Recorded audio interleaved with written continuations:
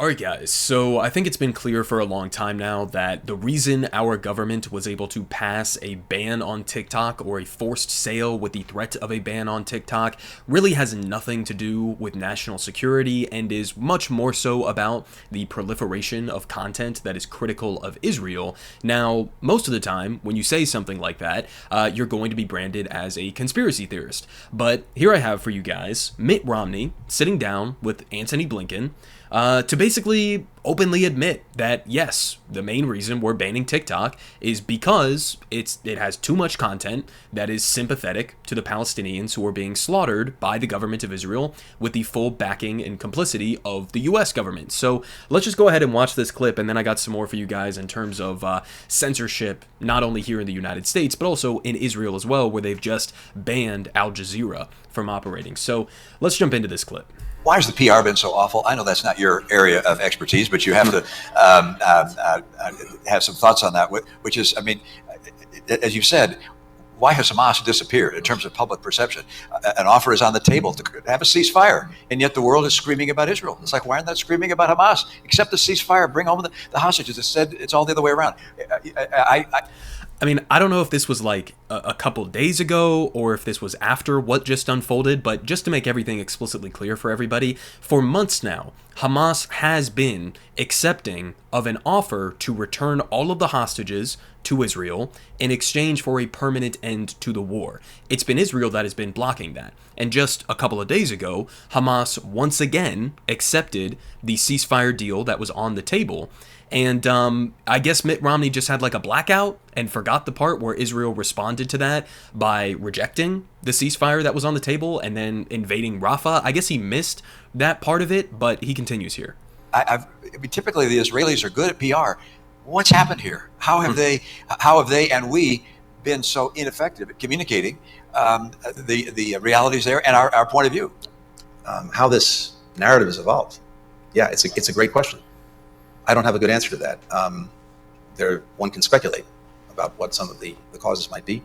I don't know. I can tell you this. And we were talking about this a little bit over dinner with Cindy. I think in my time in Washington, which is a little bit over 30 years, the single biggest change has been in the information environment. And when I started out in the early 1990s, everyone did the same thing. You woke up in the morning, you opened the door of your apartment, your house, you picked up a hard copy of the New York Times, the Washington Post, the Wall Street Journal. And then if you had a television in your office, you turned it on at 6:30 or 7 o'clock and watched the national network news. Now, of course, we are on an intravenous feed of information with new impulses, inputs every millisecond. And of course, the way this is played out on social media has dominated the narrative. And you have a social media ecosystem environment in which context, history, facts get lost, and the emotion, the impact of images dominates, and we can't discount that. But I think it also has a very, very, very challenging effect on the narrative. Yeah, a small parenthetical point, which is some wonder why there was such overwhelming support for us to shut down potentially TikTok or other entities of that nature. If you look at the postings on TikTok and the number of mentions of Palestinians relative to other social media sites, it's overwhelmingly so among TikTok broadcast. So I'd note that's of real interest in the press. So there you go. I mean, he just openly said it.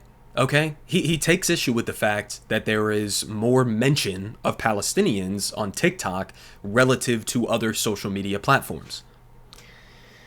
I mean, listen, guys, there's so much to respond to within that back and forth that just happened. First off, they talk about how, you know, why is Israel's PR machine so awful? Why is it so terrible? Why are we losing the messaging battle? The answer to that question, I think at least, is pretty simple.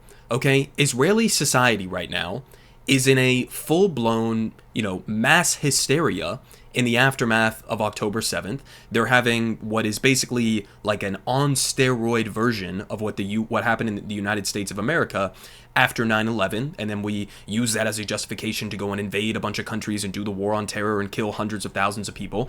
They're doing the same thing right now. So you can go and watch Israeli media, as I've shown you guys before on this channel, and just listen to their openly genocidal rhetoric and their intentions that they've been stating since October 7th. This is nothing secret.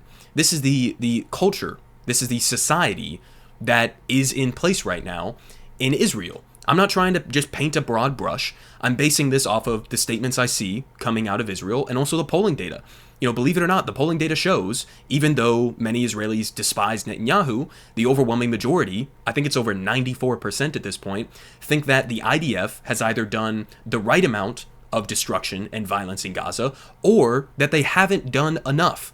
So that's the state of Israeli society. And the reason I bring that up is to say that the reason their PR sucks, the reason their propaganda sucks, is because they're in the middle of this mass hysteria moment right now, and they're living in a giant bubble. They genuinely, I think, don't really understand how, when they come out and say things like there are no innocent civilians, or we should, level Gaza to the ground and whatever else, they don't understand how genocidal, how insane that sounds to an average American who's just tapping in real quick.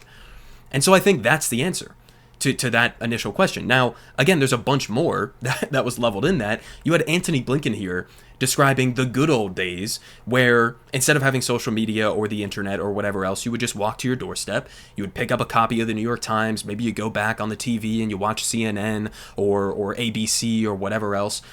He's describing the fact, he's describing his frustration with the fact that now we have access to different streams of information that are outside of the corporatized mainstream media. That's what he's frustrated about.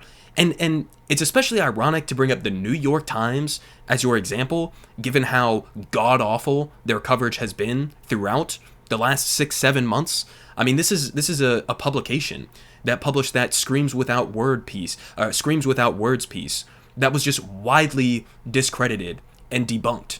I mean, this is an organization, and I'll get to more of this later in this segment, that literally, as a part of their standards for what kind of rhetoric and language their reporters should use, advised their own journalists to not use the word Palestine, to not use words like refugee, okay, or genocide.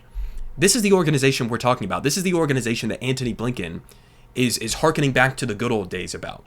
Right? Oh, if only we didn't have social media, if only we didn't have the internet and all of these other avenues to information, then everything would be fine. And what he's really admitting there is that if we didn't have other avenues for communication, like the platform I'm speaking to you guys on right now, if we didn't have independent channels like mine or Kyle Kalinske or whatever else, if we didn't have TikTok, if we didn't have social media where we're able to actually get real-time information from Palestinians on the ground, from other independent journalists who do really good work, if we didn't have that information, we would just be left with the, U.S. government stenographers that work at all of these corporate media outlets. And that's what he wants. He wants to have that bubble of information. He wants it to be controlled, okay? And so that was the admission President will get the chance to. Now, I mean, it's just, it's incredible that we're still even having a conversation as to why this TikTok ban is actually going through in a moment like this. It seems explicitly clear, right? And I mean, the other quote that stands out here that Michael Tracy highlighted, the emotional impact of social media. What Antony Blinken just admitted, which I think was, very obvious before, but he just admitted that they really don't have an issue with misinformation or what they think is misinformation or something like that. They don't have an issue, especially with the carnage, the death, and destruction that Israel has engaged in to Palestinians in Gaza. They don't have an issue with the 15,000 dead kids or the completely obliterated education system, the hospital system, etc. No issue with that.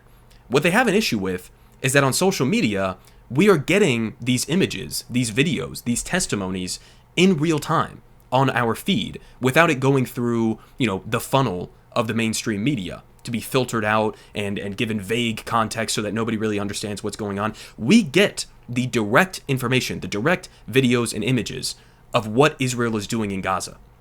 And so he's upset that this is having an emotional impact on people. It should have an emotional impact on people. If you are looking at what's happening in Gaza and you don't have an emotional impact, then there's something fucking wrong with you. You might be a psychopath, or you might be an Israeli. I don't know, one of the two, right? You might be a member of the IDF. But that's just an incredible admission there from both Mitt Romney and also Antony Blinken.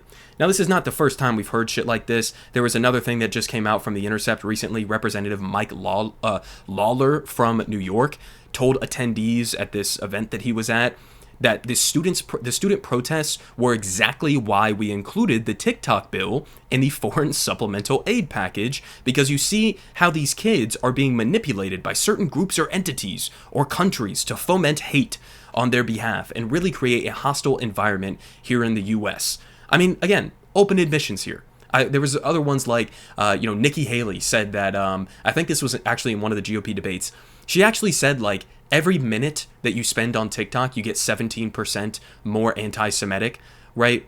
We've had a ton of other examples as well, but this is nothing new. It's just an admission. They're trying to ban an entire social media app because they don't like the content that's spreading on it.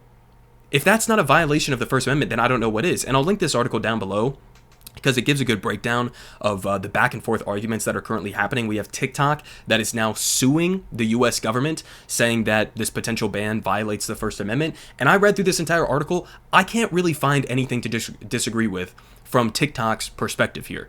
Okay, it is a violation of the First Amendment. You're banning an entire social media platform. And you have U.S. politicians who authorized that ban openly saying it's because there's too much pro-Palestine content. It's because people are being too critical of Israel on the platform. They're openly saying this. So of course it's a violation of the First Amendment. And I'm not going to even entertain the idea that this is actually about, data privacy, or this is about national security. No, the fuck it's not. If it was, you know what you could do, Congress? You could go and pass a law that actually enshrines, protections for the American people in having ownership of our data. But the reality is that TikTok is not taking any data from the American people that Facebook and Instagram and Snapchat and every other US-based social media platform isn't already taking. All of these social media platforms take the same fucking data, okay? So you could protect us from that, but then you'd also have to impose that on Facebook and Google and whatever else. But they don't want to do that because this isn't about data privacy. I mean, China could, if they actually wanted to get Americans like metadata, they could just go buy that on the international market. There's no possible way you can make an argument, to me at least, that this is actually about national security or data privacy, especially, again, when we have US politicians openly admitting exactly what it's actually about. Now, again, as this is happening here in the United States, we also have a massive crackdown that's happening inside of Israel. So they just officially followed through on a ban of Al Jazeera, which is like a Qatari affiliated media outlet. Now, I think that this was a two-pronged thing that happened here. I think obviously, number one, Israel is trying to silence any critical dissent or voices or media figures or journalists amid this genocide in Gaza. So I think that's an aspect of it. I also think another aspect of it is that, listen, Qatar is housing many Hamas leaders, right? Qatar has been helping to mediate many of these, ceasefire negotiations. So it was also, I think, secondarily a pot shot at the Qatari government as well. But, I mean, here we have their last final sign-off on this, and here he's going to basically explain, this journalist, what exactly is going down. So let's watch this. If you're watching this pre-recorded report, then Al Jazeera has been banned in the territory of Israel. On April the 1st, the Knesset, the Israeli parliament, passed a law that allowed the Prime Minister to ban Al Jazeera. He's now enacted that law. Let me just take you through some of the definitions within the law. They've banned our website, including anything that has the option of entering or accessing the website, even passwords that are needed, whether they're paid or not, and whether it's stored on Israeli servers or outside of Israel. The website is now inaccessible. They're also banning any device used for providing content. That includes my mobile phone. If I use that to do any kind of news gathering, then the Israelis can simply confiscate it. Our internet access provider, the guy that simply hosts AlJazeera.net, is also in danger of being fined if they host the website. The Al Jazeera TV channel, completely banned. Transmission by any kind of content provider is also banned. And holding offices or operating them in the territory of Israel by the channel. Also, once again, any devices used to provide... So, I mean, there you go. A complete and total ban of an entire news agency. Now, this had absolutely nothing to do with, like, well, Al Jazeera is biased and their coverage is wrong and they're spreading misinformation. No, that's not what this has to do. There are tons of Al Jazeera journalists who do fantastic work. Okay, if I had to pit the quality of Al Jazeera's coverage on this, of what has happened over the last 6 or 7 months against pretty much any US-based mainstream media outlet, Al Jazeera has outperformed every single one of them in terms of accuracy, in terms of correct framing and rhetoric that they have used. So it has nothing to do with like a substantive disagreement with Al Jazeera. It's about silencing dissent. And I mean, it's a fantastic, democracy, as the US would like to imply that Israel has going here, right? Where they just completely ban entire news outlets because they're too critical of the government, of the war. I mean, it's a lovely democracy, right? And this isn't the full extent of it, guys. I've covered numerous stories over the last 6-7 months where Israel has been arresting people, okay? Specifically, they've been disproportionately arresting Palestinian citizens of Israel who are even mildly critical of the war, right? You can get arrested in Israel for liking the wrong social media post. You can get arrested in Israel for being in the wrong WhatsApp messaging group, right? If you're critical in any way, shape, or form, or if you show solidarity with Palestinian civilians, not Hamas, Palestinian civilians as a citizen of Israel, you're liable to be arrested. So these are the kinds of brazenly authoritarian crackdowns that we have seen over the last couple of months. And the US, of course, has nothing to say about any of this, right? Now, Ryan Grimm pointed out that they did this raid on an Al Jazeera office. You'll notice that this guy was talking about how they were, banning them from even having offices in Israel. So they do this whole fucking raid, and all they can find is like a camera stand, some pens, and a laptop in a news organization office, right? I don't know what they were anticipating to find. Maybe like secret letters, pen pals, back and forth with like Hamas militants or something, or maybe a couple RPGs or something like that. I don't know what they were expecting to find, but seems like a pretty standard office there. Now, I mean, also this also reminds me, I should say, of when Israel bombed the AP building, the Associated Press building in Gaza. Remember when that happened, right? That was a couple of years ago at this point. But I remember covering that story where they initially said, okay, well, there were Hamas offices inside the building, right? Hamas was planning some military activity from inside the building. It was a completely made-up claim. I mean, they had a U.S. outlet there, an AP office that they just flattened to the ground, right? Again, giving some bullshit fake, military justification when there was none. There was none.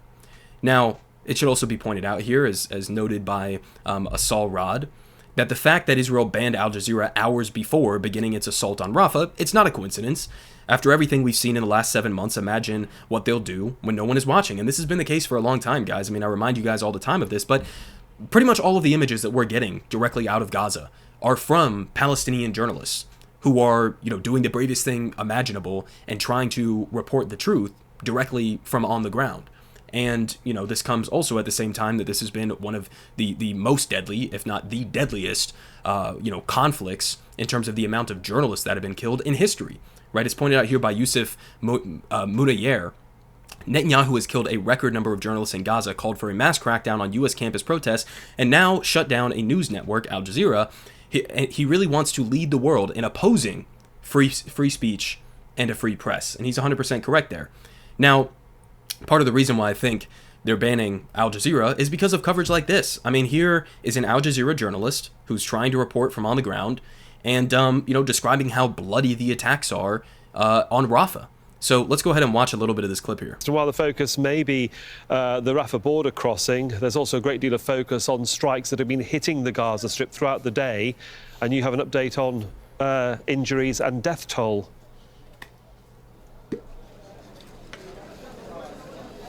Yes, that's right, Suhail. In fact, the ongoing attacks on Rafah district were completely bloody. We're talking about at least 30 Palestinians being killed within the past 24 hours, alongside with 146 Palestinians were injured. And the stark reality that is completely shocking is that the vast majority of Rafah's hospitals are no longer barely functional. We are talking about an Najjar hospital in the eastern portion of the city has become out of service because it's located in the domain of the areas that are designated to be unsafe and battle zones between Hamas fighters and the Israeli military. And at the same time, Al-Kuwaiti hospital does not receive the really critical injuries, as they do not have the sufficient medical equipment in order to treat such injuries. And I mean, listen, guys, this is why they don't want Al Jazeera operating. This is why they want to try to crack down on them as much as they possibly can. And I don't know if you guys saw the Chiron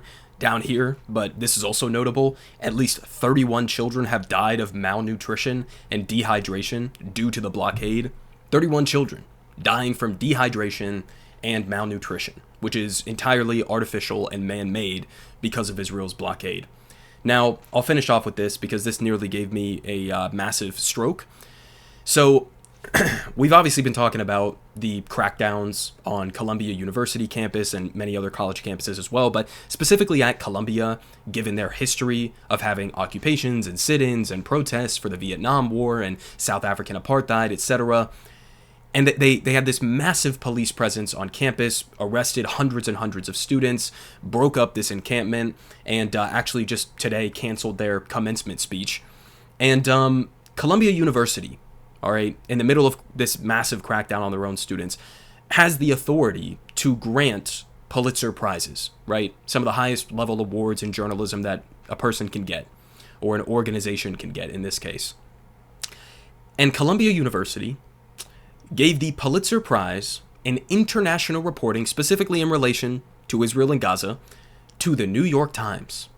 The New York Times. This almost gave me not just one stroke, 2 strokes, 17 strokes, at least, as I pointed out here. I mean, this is almost something that, like, when I first saw it, I thought it was like an Onion article or something like that.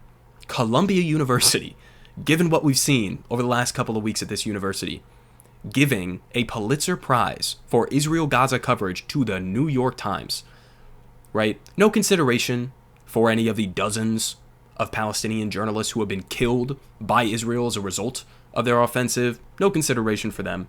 We're going to give it to the network that famously had one of the most, widely known debunked pieces over the last 7 months with that Screams Without Words article that they put out, and still to this day refuse to retract, by the way. That organization is getting an award again. Same organization that is trying to tell their journalists not to use words like genocide or ethnic cleansing or occupied territory or refugee camp or the word Palestine. That organization gets a fucking Pulitzer Prize. I mean, it is an unreal situation that we are living in right now. Black is white, up is down. Nothing makes sense, right? But these are the contradictions of imperialism, right? These are the contradictions of fascism that we've seen play out throughout history. None of it has to make sense as long as it's continuing with the status quo and projecting American power and dominance. That's really all that matters, right? So we have the TikTok ban here in the United States, politicians openly admitting, yeah, it's because we don't like that there's been so much pro-Palestine content, hyping up these mainstream media outlets that have been absolute garbage throughout this entire war. And at the same time, we have massive crackdowns inside Israel as well on people who dare to dissent from the war in Gaza, of media outlets who are doing coverage of the war in Gaza. And it's just, it's an absolute dystopian nightmare. I really don't know how else to put it. Politic guy has the best politic. Believe me, no one does it like him.